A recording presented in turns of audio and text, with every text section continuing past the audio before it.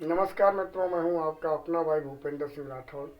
आज फिर से आपके सामने एक नया वीडियो लेकर प्रस्तुत हुआ हूं। आज के वीडियो का शीर्षक रहेगा, अब ना आएगी वो होली। हाँ मित्रों, पहले तो बात करते हैं हम हिंदू धर्म में होली क्यों मनाई जाती है। होली विशेषकर देखा जाए, इतिहासकारों के हिसाब से देखा जाए तो होली ये क्षत्रियों का त्यौहार है। कश्यप ऋषि के 7 पत्नियां थीं, जिनमें दिति, अदिति, दान, इलावती, पादवती आदि। उन्हीं में से माता दानु के दानव वंश पैदा हुआ था। दिति के दैत्य पैदा हुए थे। अदिति से आदित्य मतलब देवता पैदा हुए थे।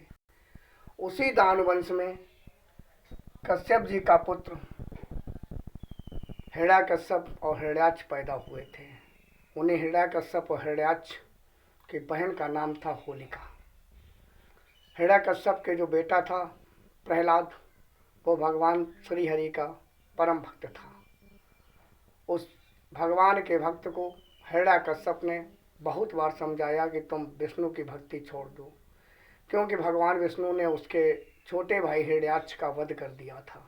इसलिए वो भगवान विष्णु को अपना परम दुश्मन मानता था। जब भक्त प्रहलाद ने भगवान विष्णु की भक्ति नहीं छोड़ी, तो इसी के कारण उसने अपनी बहन होलिका से कहा कि अब तुम इसे समाप्त कर दो। होलिका माँ के पास ब्रह्मा जी का दिया हुआ एक वरदान था। ब्रह्मा जी ने एक चुनरी दे रखी थी और कहा था कि चाहे कितनी भी भयंकर आग जलती हो, अगर तुम ये चुनरी ओढ़कर बैठोगी तो तुम्हें अग्नि जला नहीं सकती। ब्रह्मा जी के वरदान का होलिका माँ ने दुरुपयोग किया और आग का बहुत बड़ा ढेर बनवाया और आग जलाई गई। तो उसी आग में लेकर भक्त प्रहलाद को अपनी गोद में लेकर बैठ गई। लेकिन भगवान जिसका भक्त होता है, भगवान का जो भक्त होता है, भगवान हमेशा उसके साथ होते हैं। ब्रह्मा जी की दी हुई चुनरी जल गई और होलिका वहीं भस्म हो गई और भक्त प्रहलाद को आँच नहीं आई।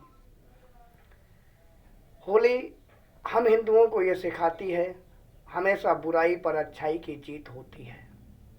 लेकिन हम लोग जानते हुए भी मानते नहीं हैं। रामायण या महाभारत, हिंदू धर्म में जो भी आज तक वेद पुराण बने हैं, सब में यही लिखा है कि बुराई पर सदैव अच्छाई की विजय हुई। लेकिन आज दुर्भाग्यवश समाज में 80% बुरे होंगे तो 20% अच्छे होंगे। फिर भी आदमी बुराई का ही रास्ता अपनाए हुए है, जबकि जानता है कि बुरे कर्म का नतीजा एक दिन बुरा ही होना है।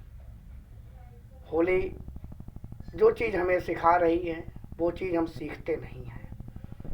साल भर की बुराई हम कभी नहीं निभाते, होली वाले दिन ही निभा लेते हैं। लेकिन ये नहीं मालूम उन लोगों को, अराजक तत्वों को, उन भाइयों को, कि जब होलिका माँ ने अधर्म किया तो उनके साथ क्या हुआ, और हम अधर्म करेंगे तो हमारे साथ क्या होगा। पहले गांव में, आज से 20 साल करीब पहले, गांव में जब होलियाँ हुआ करती थी, होली के त्यौहार पर 15-20 दिन पहले ही बच्चे खेल कूद किया करते थे। समझ में आता था कि आज होली है। लेकिन आज गांव की गलियों में सन्नाटा रहता है, कोई बच्चे घूमते नहीं हैं, कोई उत्पात नहीं होता, कोई हंसी मजाक नहीं होती। क्योंकि आज त्यौहार तो वही है, लेकिन वो प्रेम नहीं है। वो बुजुर्गों में प्रेम नहीं रहा, सिवाय एक ईर्ष्या के, सिवाय उस द्वेष के जो माँ होलिका के अंदर प्रकट हो गई थी भक्त प्रहलाद के लिए। वही ईर्ष्या द्वेष आज दीपावली आए या होली आए आनंद नहीं देती। अगर हम लोगों में आपसी प्रेम हो तो त्यौहार पर 4 चांद लग जाते हैं। लेकिन दुर्भाग्य, पहले जब होली हुआ करती थी, गांव के बुजुर्ग लोग एक जगह इकट्ठे होते थे, नाच गाने का प्रोग्राम होता था।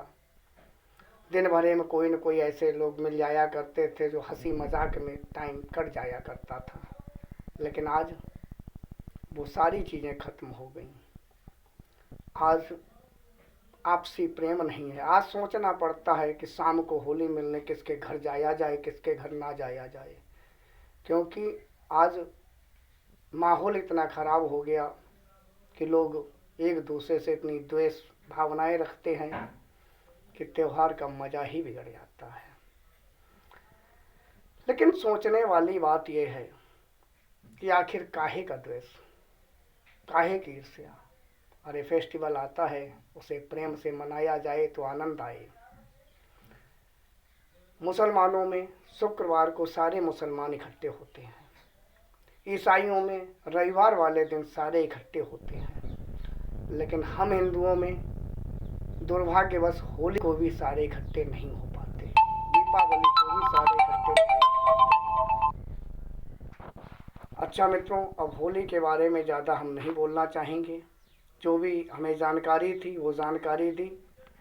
अब हम अपनी वाणी को विराम देना चाहेंगे। सभी भाइयों के लिए होली की शुभकामनाएं हमारी तरफ से।